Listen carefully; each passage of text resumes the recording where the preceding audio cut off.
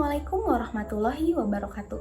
Perkenalkan, nama saya Dea Windiani dengan NIM 2108298. Jelaskan apa yang dimaksud dengan kewirausahaan sosial dan apa perbedaannya dengan kewirausahaan konvensional. Kewirausahaan sosial adalah proses mengidentifikasi, menciptakan, dan mengejar solusi inovatif untuk masalah sosial. Tujuan utamanya adalah untuk membawa perubahan positif dan berkelanjutan kepada masyarakat. Contohnya bisa berupa usaha yang memberikan akses pendidikan kepada anak-anak yang kurang mampu, lalu layanan kesehatan untuk masyarakat terpencil, dan juga teknologi ramah lingkungan untuk mengurangi dampak perubahan iklim. Lalu, kewirausahaan konvensional adalah fokus utamanya itu kepada keuntungan finansial. Kewirausahaan ini lebih mementingkan penciptaan nilai ekonomi bagi pemilik bisnisnya dan juga pemegang saham. Keberhasilan dari kewirausahaan konvensional ini diukur dari seberapa besar keuntungan yang dihasilkan dan juga seberapa cepat perusahaannya itu tumbuh. Perbedaannya itu apa sih? Yang pertama, tujuan utamanya. Kewirausahaan sosial berfokus pada dampak sosial, sedangkan kewirausahaan konvensional berfokus pada keuntungan finansial saja. Yang kedua, model bisnisnya. Kalau kewirausahaan sosial seringkali mengadopsi model bisnis yang berkelanjutan dan juga tidak semata-mata mengejar keuntungan. Sedangkan kewirausahaan konvensional mengejar model bisnis yang profitabilitasnya tinggi. Yang ketiga, pengukuran keberhasilan. Keberhasilan dari kewirausahaan sosial diukur dari dampak sosial dan lingkungan yang diciptakan, selain dari keberlanjutan finansialnya. Sementara kalau kewirausahaan konvensional lebih fokus pada indikator finansial seperti laba dan juga pertumbuhan pendapatan.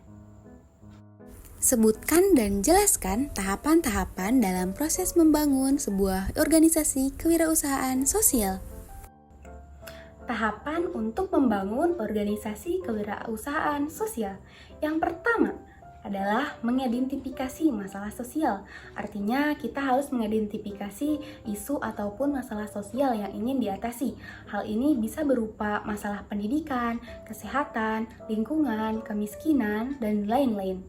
Yang kedua, riset dan analisis. Artinya kita harus melakukan penelitian mendalam untuk memahami akar penyebab masalah dan memetakan pemangku kepentingan yang terlibat. Yang ketiga, pengembangan ide dan solusi. Artinya kita harus mengembangkan ide ataupun solusi inovatif yang dapat mengatasi masalah tersebut secara efektif dan juga berkelanjutan. Yang keempat, pembuatan rencana bisnis. Artinya kita harus menyusun rencana bisnis yang mencangkup model operasional, strategi pemasaran, analisis keuangan, dan juga sumber daya yang dibutuhkan. Yang kelima, mobilisasi sumber daya. Artinya kita harus mencari dan mendapatkan sumber daya yang diperlukan seperti dana, tenaga kerja, teknologi, ataupun mitra. Yang keenam, pelaksanaan dan implementasi.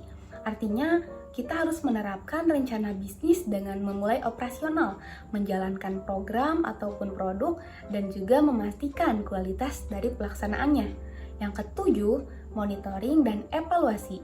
Artinya melakukan pemantauan dan juga evaluasi secara berkala untuk mengukur dampak sosial dan juga efektivitas dari program itu, serta melakukan penyesuaian jika itu diperlukan. Yang kedelapan, skalabilitas dan replikasi. Mengembangkan strategi untuk memperluas jangkauan dan juga dampaknya, baik itu dengan meningkatkan kapasitas ataupun mereplikasi model di tempat lain. Sebutkan dan jelaskan beberapa model pendanaan yang umum digunakan dalam kewirausahaan sosial. Model pendanaan kewirausahaan sosial. Yang pertama, donasi dan hibah, yaitu dana yang diberikan tanpa harus dikembalikan. Biasanya itu dari lembaga pemerintah ataupun individu yang dermawan. Yang kedua, investasi dampak, yaitu investasi yang dilakukan oleh investor yang menginginkan hasil sosial selain keuntungan finansial. Yang ketiga, crowdfunding, yaitu pengumpulan dana dari sejumlah orang melalui platform online. Yang keempat, reinvestasi keuntungan, yaitu keuntungan yang diperoleh dari operasional usaha lalu digunakan kembali untuk mendanai dan juga memperluas usaha. Yang kelima, venture philanthropy, yaitu di mana seorang investor memberikan dana sekaligus dukungan manajerial untuk memastikan kesuksesan dari kewirausahaan sosial tersebut. Yang keenam, social impact bonds, yaitu mekanisme di mana pemerintah ini membayar investor hanya jika inisiatif sosial mereka itu mencapai hasil yang telah disepakati. Jelaskan konsep double bottom line dan triple bottom line dalam konteks kewirausahaan sosial. Double bottom line adalah sebuah konsep di mana organisasi ini mengukur keberhasilan itu tidak hanya dari segi finansial saja, tetapi juga dari segi sosialnya. Nah, hal ini berarti organisasi itu nggak hanya berusaha untuk menghasilkan keuntungan, tetapi juga mereka berusaha untuk berdampak positif pada masyarakat. Lalu, triple bottom line. Nah, kalau triple bottom line, ini memperluas konsep dengan menambahkan dimensi ketiga, yaitu dampak lingkungan. Jadi sebuah organisasi ini diharapkan untuk menghasilkan keuntungan finansial, memberi manfaat sosial, dan juga mengurangi dan memperbaiki dampak lingkungannya. Bagaimana kriteria suatu inisiatif dapat dikategorikan sebagai kewirausahaan sosial? Kriteria kewirausahaan sosial. Suatu inisiatif dapat dikategorikan sebagai kewirausahaan sosial jika memenuhi kriteria berikut. Yang pertama, tujuan sosial yang jelas. Artinya yaitu memiliki misi yang fokus pada pemecahan masalah sosial ataupun lingkungan. Yang kedua, yaitu inovasi. Artinya yaitu menggunakan pendekatan ataupun solusi inovatif untuk mengatasi masalah sosial yang ada. Yang ketiga, keberlanjutan finansial. Artinya yaitu memiliki model bisnis yang memungkinkan organisasi itu tetap beroperasi tanpa bergantung sepenuhnya kepada donasi ataupun hibah. Yang keempat, dampak sosial yang terukur. Artinya yaitu menghasilkan dampak sosial yang nyata dan juga terukur pada sebuah komunitas ataupun lingkungan yang mereka layani. Yang kelima, pengelolaan sumber daya yang efektif. Artinya yaitu mengelola sumber daya dengan cara yang efisien dan efektif untuk memaksimalkan dampak sosial. Yang keenam, keterlibatan dan pemberdayaan komunitas.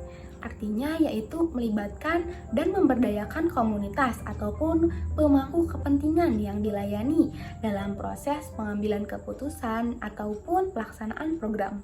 Nah, dengan memenuhi kriteria tadi, inisiatif tersebut dapat dianggap sebagai kewirausahaan sosial yang bertujuan untuk menciptakan perubahan positif dan berkelanjutan dalam masyarakat.